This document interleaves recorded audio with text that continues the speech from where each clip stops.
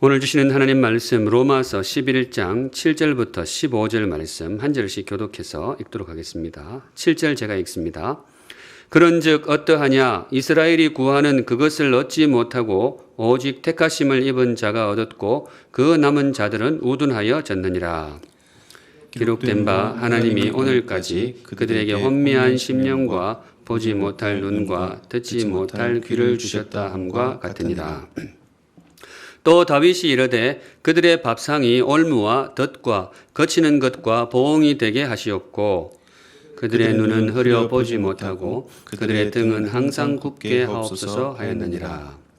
그러므로 내가 말하노니 그들이 넘어지기까지 실족하였느냐 그럴 수 없느니라. 그들이 넘어짐으로 구원이 이방인에게 이르러 이스라엘로 시기나게 함이니라. 그들의 넘어짐이 세상의 풍성함이 되며 그들의 실패가 이방인의 풍성함이 되거든 하물며 그들의 충만함이리요. 내가 이방인인 너희에게 말하노라. 내가 이방인의 사도인 만큼 내 직분을 영광스럽게 여기노니 이는 혹 내 골육을 아무쪼록 시기하게 하여 그들 중에 얼마를 구원하려 함이라. 같이 읽습니다. 그들을 버리는 것이 세상의 화목이 되거든 그 받아들이는 것이 죽은 자 가운데서 살아나는 것이 아니면 무엇이리요. 아멘. 네, 오늘은 이 말씀으로 주님 주시는 메시지를 함께 받도록 하겠습니다. 오늘의 말씀은 섭리입니다. 섭리의 하나님. 계속해서 하나님을 묵상하고 있는데요. 우리 하나님이 어떤 분이냐? 오늘은 이 단어를 통해서 존귀하신 하나님 앞으로 나아가려고 합니다. 섭리의 하나님. 이 섭리 참 깊은 단어인데요. 성경의 가르침이 굉장히 깊은 단어가 많죠. 성경의 진리가 참 깊습니다. 그런데 이 단어는 그 중에서도 유난히 깊습니다. 섭리 굉장히 깊은 단어입니다. 바깥에서는 거의 쓰지 않는 단어인데요. 하나님에 대한 경험을 언어화할 때 이제 말씀을 기록하고 말씀을 선포하고 할 때에 하나님이 어떤 분인지를 그 경험을 인간의 언어로 표현해야 된단 말이죠. 그런데 그 인간의 언어 중에서 그 하나님에 대한 경험을 묘사할 만한 적합한 단어를 찾지 못할 때가 있어요. 이 사람의 어떤 생각보다 더 깊은 자리에 계신 하나님을 소개할 때 그러는데 그럴 때는 어쩔 수 없이 새로 언어를 만들 수밖에 없습니다. 그런 경우가 있는데 그 가운데 하나가 이거예요. 섭리. 굉장히 깊고 오묘한 단어가 되겠습니다. 일반적으로 우리가 쓰고 있는 단어들 중에서 그나마 가까운 것을 고르라고 한다면 전화위복 정도가 떠오릅니다. 전화위복. 어른들이 많이 쓰시는 말씀이죠. 화가 변하여 복이 되었다. 전화위복. 그런데 이게 비슷한 듯 보여도 이 둘 사이에는 굉장히 근본적인 차이가 있습니다. 이 전화위복은 일종의 요행수입니다. 행운이에요. 그때 당시엔 이게 굉장히 힘든 불행이라고 생각했는데 나중에 어떻게 상황이 흘러가면서 나중에 보니까 이게 행운으로 작용하고 있는 거예요. 그걸 이제 전화위복이라 그러는데 그런데 섭리는 그것하고 다릅니다. 섭리는 그런 요행수가 아니고 섭리는 하나님의 일하심입니다. 섭리는 하나님의 일하심입니다. 이게 제일 달라요.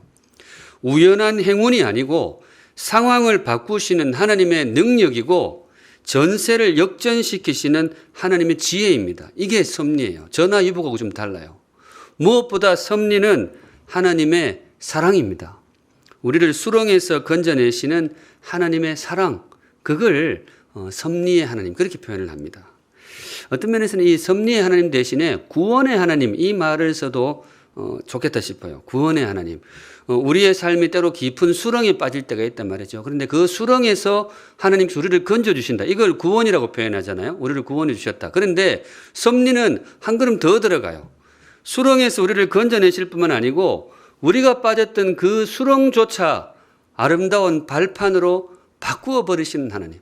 그럴 때에 우리의 어떤 아픔이 보상받는 그런 행복감을 느낄 수가 있단 말이죠.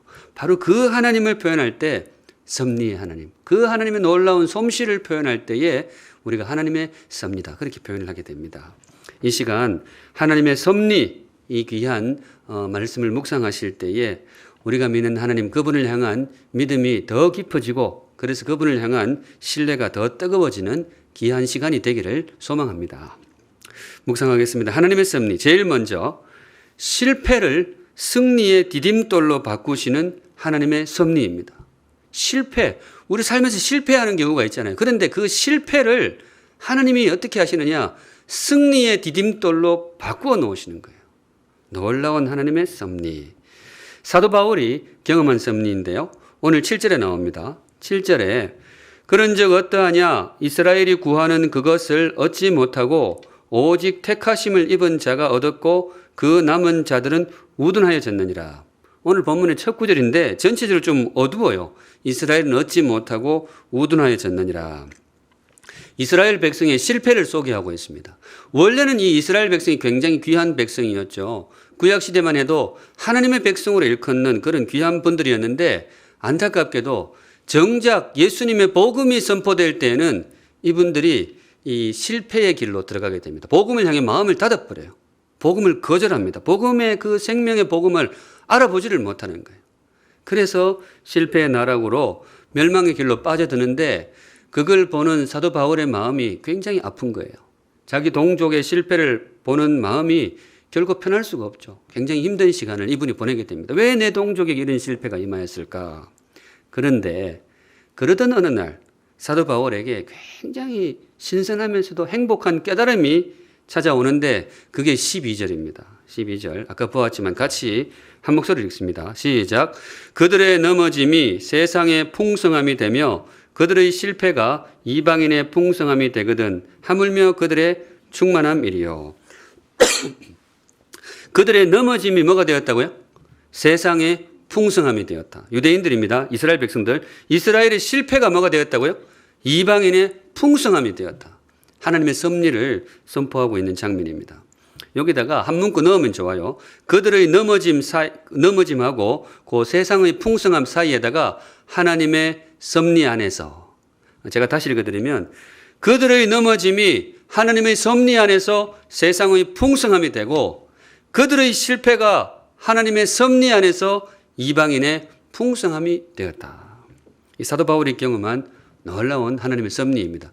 그 이스라엘 백성들이 실패한 거예요. 복음 앞에서 마음을 닫았기 때문에 굉장히 치명적인 실수잖아요. 실수인데 하나님이 그거를 디딤돌로 삼아가지고 이방인 선교의 문을 여셨다라는 거예요. 놀라운 하나님의 섭리. 유대인들은 매우 폐쇄적인 민족이었습니다. 이 이스라엘 백성이 하나님을 향한 열심은 굉장히 뜨겁고 좋은데 그 마음이 너무 폐쇄적이에요. 소위 선민의식에 사로잡혀가지고 자기들만 하나님의 백성이다. 하나님은 오직 우리 하나님이다. 이 생각이 너무 강했어요. 일종의 웅덩이 같은 그런 마음을 가지고 있었어요. 고인 물, 그 푹 파진 웅덩이와 같은 심성을 가진 분들인데 만일에 이분들이 이 복음이 선포되었을 때 초기부터 전향적으로 복음을 받아들였다. 그러면 어떻게 되느냐? 그 생명의 복음이 그분들의 웅덩이 속에 갇혀버렸을 가능성이 굉장히 커요. 밖으로 빠져나가지를 못하고. 그분들의 심성이 원래 그래요. 우리들만의 복음이다. 구약 역사를 보면요. 이스라엘 백성은 선교사를 파송한 일이 없어요. 선교사를 파송할 이유가 없어요. 왜냐? 하나님은 누구의 하나님? 오직 우리들의 하나님, 이스라엘 백성의 하나님이기 때문에 다른 이방 민족에게 복음을 전할 생각을 못했어요. 그만큼 폐쇄적인 민족이었습니다. 그런데 만일 이분들의 심성에다가 복음이 그대로 들어가 버렸다. 복음을 그분들이 그대로 받아들였다. 그러면 그분들의 그 옹졸한 웅덩이 속에 이 생명의 복음이 그대로 갇혀버렸을 수도 있어요. 그런데 이게 다행인지 불행인지 그분들이 복음을 외면한 거예요. 복음이 이스라엘 백성에게 외면을 당했어요. 그러니까 어디로 갔어요? 복음이 이방인에게로 흘러간 거예요. 바울이 이걸 본 거예요. 자기 민족의 실패가 너무 가슴이 아팠는데 지금 보니 인간의 실패를 아름다운 승리의 디딤돌로 바꾸어 주시는 하나님의 놀라운 섭리. 참 귀한 하나님이시죠. 사랑하는 샘물 성도 여러분, 믿음으로 받으실 분은 이 말씀을 나의 말씀으로 받으셔도 좋습니다. 우리도 실패가 들어있잖아요. 이스라엘 백성들만 실패하는 것이 아니고 우리도 살면서 이런 실패 저런 실수 그렇게 우리가 할 때가 많단 말이죠. 그래서 우리 인생이 힘들잖아요. 실수가 많은 인생, 실패가 많은 인생. 그런데 감사하게도 우리 하나님은 어떤 하나님? 우리의 실패까지도 승리를 위한 디딤돌로 바꾸어 주시는 하나님. 참 좋잖아요. 우리의 승리만을 사용하시는 것이 아니고 우리의 승승장구만을 사용하는 것이 아니고 때로는 우리의 실패까지도 아름다운 승리를 위한 디딤돌로 바꾸시는 놀라운 섭리의 하나님, 바울이 경험한 하나님입니다. 바라기는 우리도 살면서 우리의 삶의 여정 속에서도 이 귀한 하나님을 만나게 되시기를 우리 주님의 이름으로 축복합니다. 아멘. 한 걸음 더 나아가서 이번에는 구약으로 한번 가보겠습니다. 하나님의 섭리는 신약시대 바울에게만 나타난 게 아니에요. 구약시대에도 곳곳에 하나님의 섭리가 나타나는데 대표적으로 출애굽 백성이 출애굽 이후에 경험한 하나님의 섭리가 있어요. 이름하여 엇나간 길을 지름길로 바꾸시는 하나님의 놀라운 섭리. 엇나간 길, 살다 보면 길이 어긋난 경우가 있잖아요. 이 길로 갔어야 되는데 길을 잘못 든 거예요. 그럴 때는 참 마음이 무거워요. 길을 잘못 들었을 때. 제가 그 느낌을 누구보다도 잘 압니다. 제가 길치가 좀 있어서 제가 교회 처음 와가지고 새벽기도 마치고 집에 가는데 몇 분이 걸렸다고요? 45분. 굉장히 먼 거리라서 그렇죠. 그런데 이제는 없어진 줄 알았는데 지난주에 또 한 번 그랬어요. 지난주에는 저기 송파에 있는 어느 교회에 제가 방문할 일이 있어가지고 차를 몰고 갔어야 되는데 출발할 때 찍어보니까 내비에 37분이 나오더라고요. 37분 하면 간다는 거예요. 그런데 도착하는데 1시간 15분 걸렸어요. 참 저도 착잡했어요. 여기서 송파로 가는데 제가 어떻게 갔는가 하면 저기 과천으로 가가지고 양재 사거리를 지나가지고 이렇게 간 거예요. 왜 그랬냐고 묻지 마세요. 제가 참 그런 게 있어요. 그런데 그래서 참 이 말씀이 좋아요. 우리 하나님은 어떤 하나님? 엇나간 길을 지름길로 바꾸시는 하나님. 이스라엘 백성이 출애굽할 때 이야기인데요. 모두가 희망에 부풀어 있었어요. 400년 동안 노예로 살다가 이제 해방을 맞아가지고 자유의 땅, 약속의 땅 가나안으로 가니 얼마나 행복했겠어요. 애도 좋고 어른도 좋고 다들 행복한 거예요. 그래서 나가는데 거리도 그렇게 안 멀었어요. 그때 당시 보통 측정으로는 한 일주일 정도면 걸어서 갈 수 있는 거리였어요. 애들도 있고 좀 천천히 가야 되니까 아무리 천천히 가도 보름 정도면 한 2주 정도면 충분히 당도할 수 있는 거리였어요. 지도 보면 그렇게 멀지가 않습니다. 애굽에서 그 가나안 땅까지. 그런데 실제로 이스라엘 백성들이 애굽을 떠나가지고 가나안에 당도하기까지 얼마나 걸렸어요? 40년이 걸렸어요. 40년. 저 1시간 15분은 괜찮아요. 40년이 걸렸어요. 이 길을 잘못된 거예요. 어긋나도 길이 너무 어긋난 거예요. 보름길이 40년이 걸렸으니 다들 지치고 힘들고 그랬는데 그런데 지나고 보니 거기에 하나님의 놀라운 섭리가 있었어요. 그게 사실은 가나안의 삶을 준비시키는 훈련의 시간이었습니다. 40년 세월이 그냥 허송세월인 줄 알았는데 그게 허송세월이 아니었어요. 가나안 땅을 주님께서 그분들에게 안착시키기 위해서 이 어떤 면에서는 주님이 섭리하신 훈련의 시간, 준비의 시간이었습니다. 당시 가나안에는 여러 이방 족속들이 많이 살고 있었어요. 그중에는 굉장히 강성한 그런 강한 민족들도 있었는데 문제는 뭔가 하면 이스라엘 백성들은 그때까지 한 번도 뭐예요? 전쟁을 해본 일이 없어요.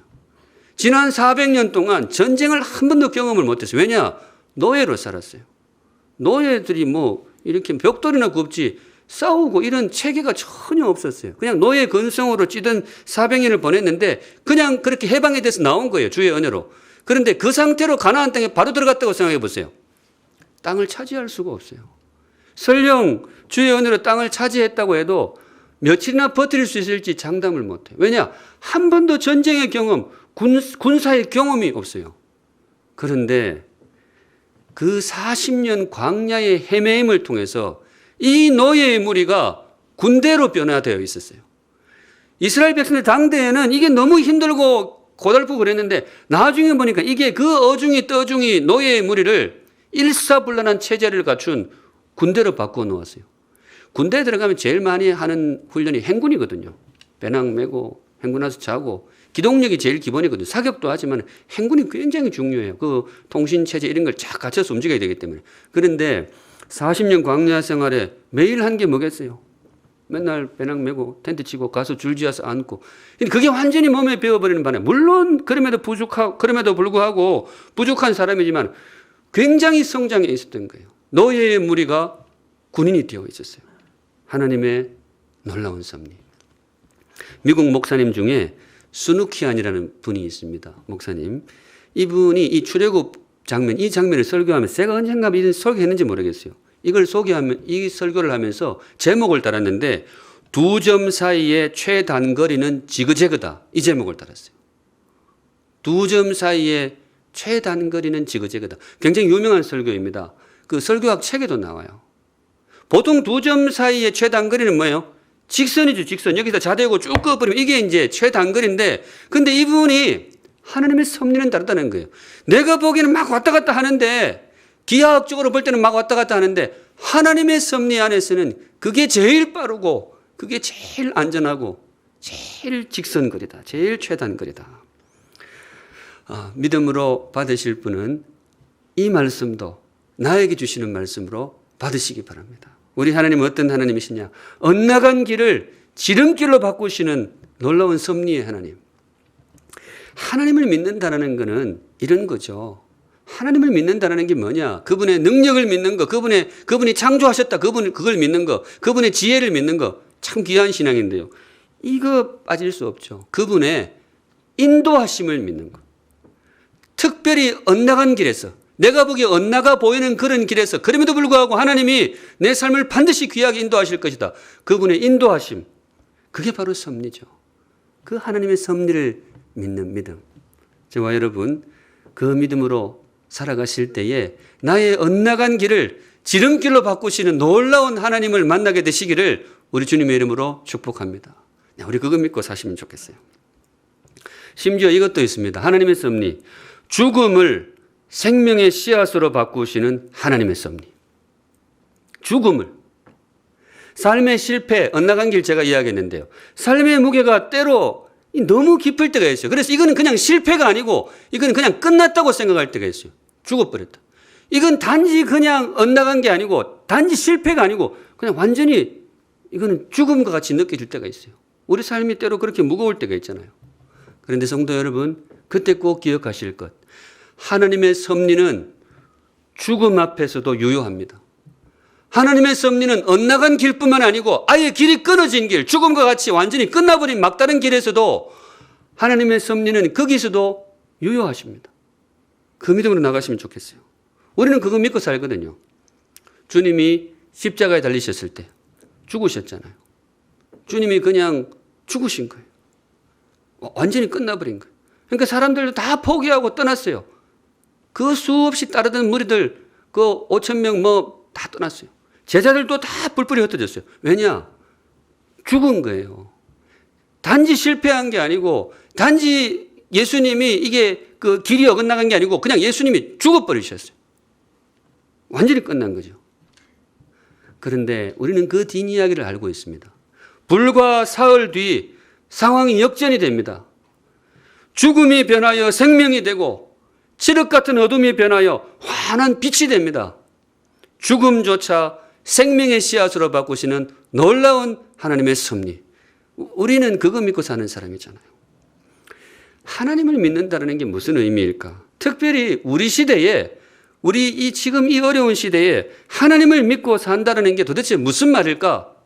제가 오늘은 이 언어로 우리 샘물 성도들의 믿음을 한번 도전하고 싶어요. 사랑하는 샘물 성도 여러분, 섭리 신앙의 소유자들이 되시기를 주님의 이름으로 축복합니다. 어떤 신앙이요? 섭리 신앙, 섭리. 하나님의 섭리를 믿는 신앙. 이거 참 귀해요. 하나님을 믿는다는 게 단지 그분의 능력을 믿는 것도 아니고 그분의 사랑을 믿는 것도 너무 귀해요. 그분의 뜨거운 우리를 향한 사랑, 그거 믿는 것도 너무 귀해요. 그런데 오늘은 이 믿음 제가 소개하고 싶어요. 섭리신앙. 엇나간 길에서도 하나님의 섭리를 믿는 그 흔들리지 않는 섭리신앙. 이 사실 정말 깊은 신앙이거든요. 신앙에도 깊이가 있다면 이거 정말 깊은 신앙인데, 그런데 특별히 우리 시대에 너무 요긴한 신앙이에요. 너무 절실한 신앙이에요. 왜냐하면 우리 시대가 많이 어둡잖아요. 우리 시대는 정말 이 시대 자체가 길을 잃은 것 같아요. 나 개인이 그냥 길을 잃은 게 아니고 온 나라가 길을 잃고 온 세계가, 인류의 역사 자체가 이상한 데로 막 빠지는 듯한 느낌이 들어요. 참 이게 전 세계적인 지금 어려움이 있단 말이죠. 그런데 그렇기 때문에 우리에게 더욱 절실한 신앙이 뭔가 하면 하나님의 섭리를 믿는 섭리신앙. 끝날 때까지 끝난 게 아니다. 심지어 끝이 나도 끝이 아니다. 하나님의 섭리 안에 있으면 실패가 변하여 승리의 디딤돌이 될 것이고, 하나님의 섭리 안에 있으면 어긋난 길이 변하여 지름길이 될 것이고, 심지어 죽음 앞에서도 하나님의 섭리 안에 있으면 죽음조차 생명의 씨앗이 될 것이다. 그걸 믿는 게 섭리신앙이에요. 그래서 제가 설교를 준비하면서 보니까 이게 진짜 신앙인 것 같아요. 이게 진짜 신앙. 사랑하는 샘물 성도 여러분, 우리의 신앙의 이름 중에 오늘은 이거 꼭 장착할 수 있기를 바랍니다. 하나님의 섭리를 믿는 섭리신앙. 구체적으로 좀 묵상하고 싶은데요. 그렇다면 이 섭리신앙이 구체적으로 뭐냐? 이 섭리를 믿고 산다는 건 도대체 어떻게 사는 것이 그 섭리신앙이냐? 제가 몇 가지 언어로 정리해 주고 싶어요. 제일 먼저 평정심입니다. 평정심. 섭리신앙이 뭐냐? 마음에 평안을 누리는 거예요. 쉽지 않죠? 신앙이 깊어야 됩니다. 바람에 흔들리지 않는 평정심. 우리 사랑하는 샘물 성도 여러분, 평안하시기 바랍니다. 평안을 누리시기 바랍니다. 물론 이거 말로 막 하세요 이렇게 한다고 해서 되는 건 아닌데, 주께서 정말 은혜 주셔서 우리 안에 이 평안이 임하기를 바랍니다. 뿌리 깊은 나무는 바람에 흔들리지 않는다 그러잖아요. 근데 섭리신앙이 그래요. 이 상황이 흔들리지 않는 묵직한 신앙, 하나님의 섭리를 믿는 사람은 그런 평안을 누릴 수가 있습니다. 요즘 제가 거의 매일 듣는 찬양이 있습니다. 이게 참 귀한 찬양이에요. 가사만 일러드릴까요? 한번 불러볼까요? 이거 한번 불러야 돼요. 곡조가 반은 차지예요. 그 선하님의 고요히 감사여 그 놀라운 평화를 누리며. 이거 아세요? 네, 이거 제가 요즘 매일 들어요. 사무실 출근하면 뭐 이거 듣고 그래요. 그 놀라운 평화를 누리며, 이 평화를 누린다는 거지, 마음의 평안인데. 근데 이 가사를 쓰신 분이 독일 목사님인데요. 이분이 어디서 이 가사를 쓰셨는가 하면 감옥에서 썼어요. 그리고 그것도 사형 집행을 얼마 앞두지 않은 상황에서 이 찬송시를 썼어요. 참 귀한 신앙. 제가 지금 이렇게 섭리신앙이에요. 그분 이름이 본헤퍼입니다. 본헤퍼 목사님. 신학 공부하시는 분들에게는 너무나 익숙한 이름인데요. 히틀러의 그 광기가 유럽 전체를 휩쓸고 있을 때 안타깝게도 교회도 거기에 동조를 해가지고 히틀러의 일에 참여하고 그렇게 했다고 그래요. 그런데 이분은 신앙의 양심상 도저히 그걸 할 수가 없는 거예요. 목사로서 그럴 수가 없었어요. 그래서 이분은 다른 길을 갑니다. 히틀러 저항운동에 참여합니다. 온몸을 던져서 히틀러에게 맞습니다. 그런데 그러다가 붙잡혀가지고 사형 언도를 받게 되는데, 이 2차 대전이 끝나기 얼마 전에 이분의 사형이 집행이 됩니다. 이제 아마 이분이 그걸 감지를 하셨던 것 같아요. 사형을 받기 얼마 전에 밖에서 자신을 걱정하고 있는 약혼녀하고 사랑하는 가족에게 편지를 보내는데, 그 편지에 이 찬송시가 포함이 되어 있어요. 참 이분의 신앙이 정말 귀해요. 그 선하님이 고요히 감사여 그 놀라운 평화를 누립니다. 여기서 그분이 선한 힘이라 그래요. 선한 힘. 이 아주 강한 힘이라 그러지 않고 선한 힘이라 그래요. 제가 이거를 한 주 동안 묵상하는데, 이 선한 힘이 이 섭리의 힘인 것 같아요.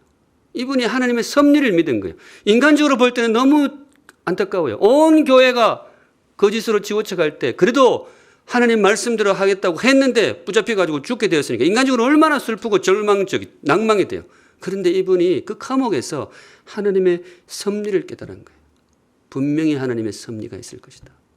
이 상황을 역전시킬 것이다. 그러면서 그 찬양시의 마지막에는 하나님이 하실 일에 대한 기대를 고백합니다. 그 선하님이 우리를 감사하시니 믿음으로 일어날 일 기대하네. 이렇게 이야기해요. 믿음으로 일어날 일 기대하네.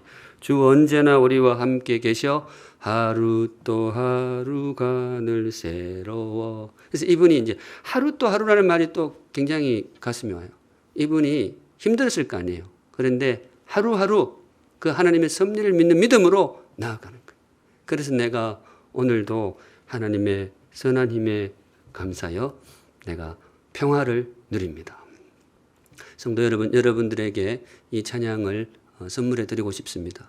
마음이 힘들고 주님의 인도하심이 필요할 때 이 찬양으로 함께 나아가시면 주께서 여러분들에게도 귀한 평화를 허락해 주실 것입니다. 한 걸음 더 나아가서 섭리신앙이란 무엇인가? 섭리신앙을 조금 이렇게 감싸서 볼 필요가 있어요. 두 번째는 열심입니다. 열심. 조금 방향이 바뀌는데요. 섭리신앙이 뭐냐? 게으름을 거부하는 뜨거운 열심. 섭리신앙을 오해하면 안 되는데 섭리신앙은 절대로 게으르지 않습니다. 하나님이 하실 거니까 나는 아무것도 안 한다. 이건 게으름이지 신앙이 아니에요. 성경은 절대로 그런 신앙을 가르치지 않아요. 오히려 섭리신앙은 더 열심히 일합니다. 왜냐? 하나님의 섭리를 믿기 때문에. 하나님의 섭리 안에서 나의 땀과 노력이 절대로 헛되지 않을 것을 믿기 때문에 안심하고 더욱 열심히 일을 해요. 그게 진짜 섭리신앙이에요. 오늘 본문에 사도 바울이 그렇게 합니다. 12절에 아까 섭리신앙을 고백했잖아요. 그들의 넘어짐이 하나님의 섭리 안에서 이방인의 풍성함이 되었다. 그 섭리신앙을 고백했는데 그 다음 13절에 이렇게 이야기를 합니다. 내가 이방인인 너희에게 말하노라. 내가 이방인의 사도인 만큼 내 직분을 영광스럽게 여기노니. 바울이 자기의 사명을 이야기해요. 섭리신앙의 귀결이 뭐냐? 사명이에요. 게으름이 아닙니다. 14절은 같이 읽을게요. 시작. 이는 혹 내 권력을 아무쪼록 시기하게 하여 그들 중에서 얼마를 구원하려 함이라. 제가 오늘 설명을 하지 않는 단어가 하나 있는데 시기. 여기 이 사도 바울이 하나님의 그 섭리를 발견한 언어인데 처음에는 그랬어요. 이스라엘 백성들의 실패가 하나님의 섭리 안에서 이방인 선교의 문을 열었다 그랬잖아요. 근데 사도 바울이 기대한 섭리가 하나 더 있어요. 여기에 뭔가 있겠다. 뭔가 하면 이방인 선교가 오히려 이스라엘 백성을 시기나게 해가지고 이스라엘 백성을 복음을 향해서 마음을 열겠다. 그런 간 것 같아요. 근데 제가 그 깊이를 온전히 소화는 잘 하지 못하겠어요. 시기라는 단어가 뭔가 더 깊은 의미가 있을 것 같은데 제가 나중에 그거는 떠오르면 소개하도록 할게요. 여하튼 뭔가 하면 사도 바울의 신앙은 이거였어요. 하나님의 놀라운 섭리를 발견했기 때문에 나는 더욱 뭐예요? 열심히 나아가는 거예요. 이게 진짜 신앙이고 진짜 섭리신앙입니다. 성도 여러분, 우리의 섭리신앙은 그런 땀 흘리는 신앙이기를 바랍니다. 그게 성경의 가르침이에요. 그런 의미에서 섭리신앙을 여기에 가까운 말을 찾자면 제일 처음에 제가 초두에 소개했던 전화 위복, 이거는 별로 아니에요. 이것보다는 뭐가 적당한가 하면 진인사 대천명. 제가 오늘 아는 한문 다 이야기합니다. 진인사 대천명. 어른들 잘 아시죠? 진짜 다 할 진짜잖아요. 인사, 사람이 할 수 있는 최선을 진 다 하고 기다린다는 거잖아요. 천명, 하늘의 명을 기다린다. 근데 여기에 하늘 대신에 여기다가 하나님을 넣으면 저는 이거 성경에 넣어도 괜찮다고 생각해요. 이 섭리신앙이 그래요. 내가 할 수 있는 최선을 다하고 나머지는 주님께 맡겨드립니다. 주님의 섭리의 손에 맡겨드립니다. 이게 진짜 섭리신앙이거든요. 성도 여러분, 우리의 신앙이 그렇기를 바랍니다. 성경은 바로 그 길로 우리를 인도해요. 구약시대에 섭리신앙하면 빠질 수 없는 사람이 하나 있는데 요셉이 살아갔던 삶이 바로 이거예요. 인간적으로 굉장히 힘이 들었잖아요. 이 사람보다 참 힘들고 참 억울한 인생 찾기도 쉽지가 않아요. 형들에게 팔렸잖아요. 형들에게 팔리고 가수도 열심히 살아보려고 했는데 감옥에 억울하게 갇히고. 그런데 하나님의 놀라운 섭리가 거기에 작동하고 있었어요. 나중에 이 사람이 애굽의 총리가 되고 바로 그 사람을 통해서 기근에 빠져있던 전 세계를 구해내고 이스라엘 백성들을 구원해냅니다. 하나님의 놀라운 섭리. 그런데 이 놀라운 섭리를 요셉이 어떻게 만나게 되느냐? 중간에 포기했으면 못 만났겠죠. 중간에 주저앉았으면 하나님이 그분을 그릇으로 사용하시기 힘들었겠죠. 그런데 그 칠흑같이 어두운 순간에도 끝까지 버텨낸 거예요. 끝까지 자기가 할 수 있는, 어디를 가든지 자기가 할 수 있는 최선을 다하는 거예요. 바로 그 마음 그릇에 하나님의 섭리가 임하였습니다. 사랑하는 샘물 성도 여러분, 이게 조금 부담스러운 말일 수도 있지만은 주시는 말씀이니 선포합니다. 성도 여러분, 하나님의 섭리가 필요하세요? 계속해서 땀을 흘리세요. 지금도 그러고 계시지만은 하나님의 섭리가 필요하다면 땀을 흘리세요. 섭리의 하나님을 정말 진하게 만나기를 바라신다면 끝까지 인내하시기 바랍니다. 안 그래도 인내하고 있는 분들한테 더 인내하세요. 쉽지 않은 말이지만 주시는 말씀이 그래요. 성도 여러분, 더 인내하시고 더 우직하게 걸어가시던 길을 묵묵하게 걸어가시기 바랍니다. 바로 그 끝자락에서 주님이 정한 때에 놀라운 하나님의 섭리를 경험하게 될 것입니다.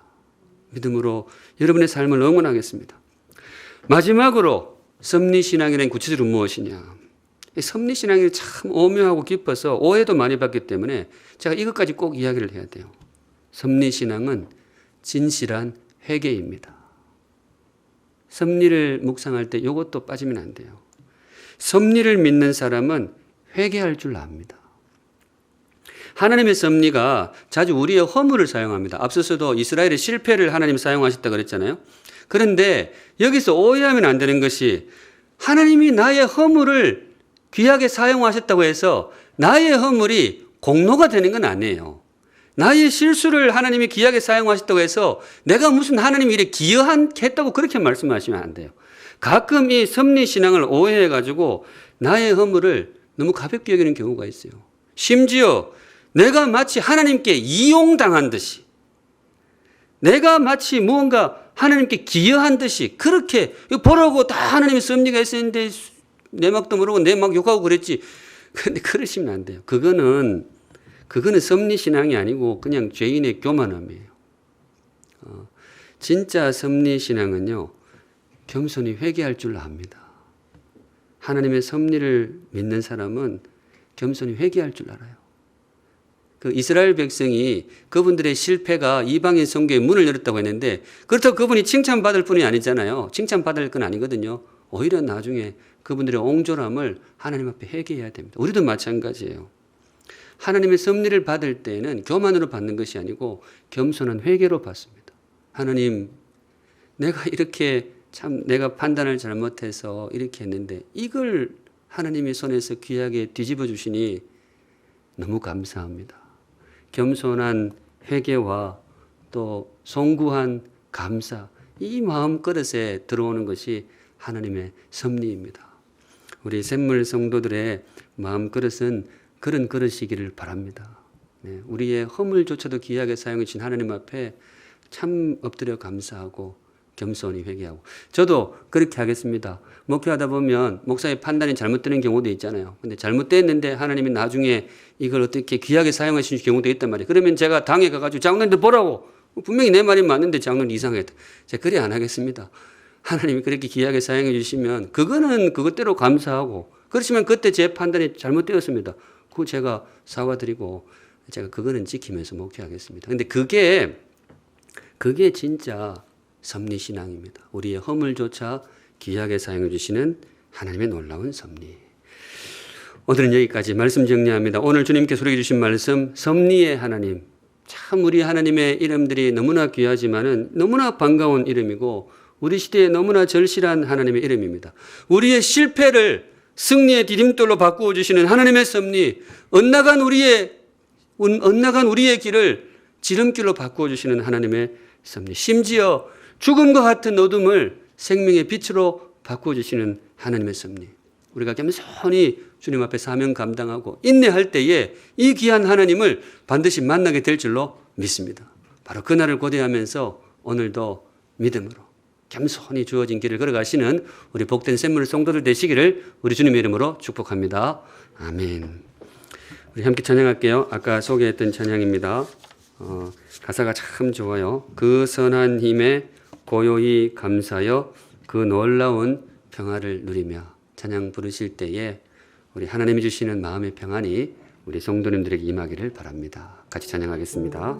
거룩하신 하나님 아버지, 믿음으로 주신 말씀을 우리 가슴에 새깁니다. 하나님의 섭리를 믿습니다. 하나님의 섭리를 믿고 살겠습니다. 우리 삶에도 어려움이 있고 길이 어긋난 듯한 당황함과 참 힘겨움이 우리에게도 밀려오지만은 우리 믿음의 선조들이 경험했던 그 섭리의 하나님을 믿고 하나님 하루하루 최선을 다해서 살겠습니다. 우리 성도들의 걸음에 하나님의 섭리를 보여주시고 섭리의 하나님이 우리 성도들을 인도하여 주시옵소서. 아멘. 거룩하신 하나님, 오늘도 우리 성도들 귀한 헌물 하나님께 올려드립니다. 기쁘게 받으시고 흠량하여 주시옵소서. 헌물과 함께 우리 성도들의 고백도 받아주시고 하나님을 향한 사랑도 받아주시고 하나님의 섭리를 믿는 믿음도 받아주시고 마음에 품은 간구도 하나님 받아주옵소서. 성도들의 삶의 형편을 세밀하게 살펴보시고 우리 성도들을 가장 복되고 존귀하고 제일 선한 길로 인도하여 주시옵소서. 아멘. 지금은 우리 구주 예수 그리스도의 은혜와 우리 하나님 아버지의 그 오묘하신 섭리하심과 지금도 우리와 함께 하시는 성령 하나님의 인도하심과 임재하심이 주를 믿는 믿음으로 오늘도 마음의 평안을 품고 주께서 맡기신 그 길을 섭리의 신앙을 품고 우직하게 달려가기를 소원하고 다짐하는 주의 사랑하는 모든 백성들 머리 위에 그 앞길 위에 이제로부터 영원까지 항상 함께 계실지어다. 아멘.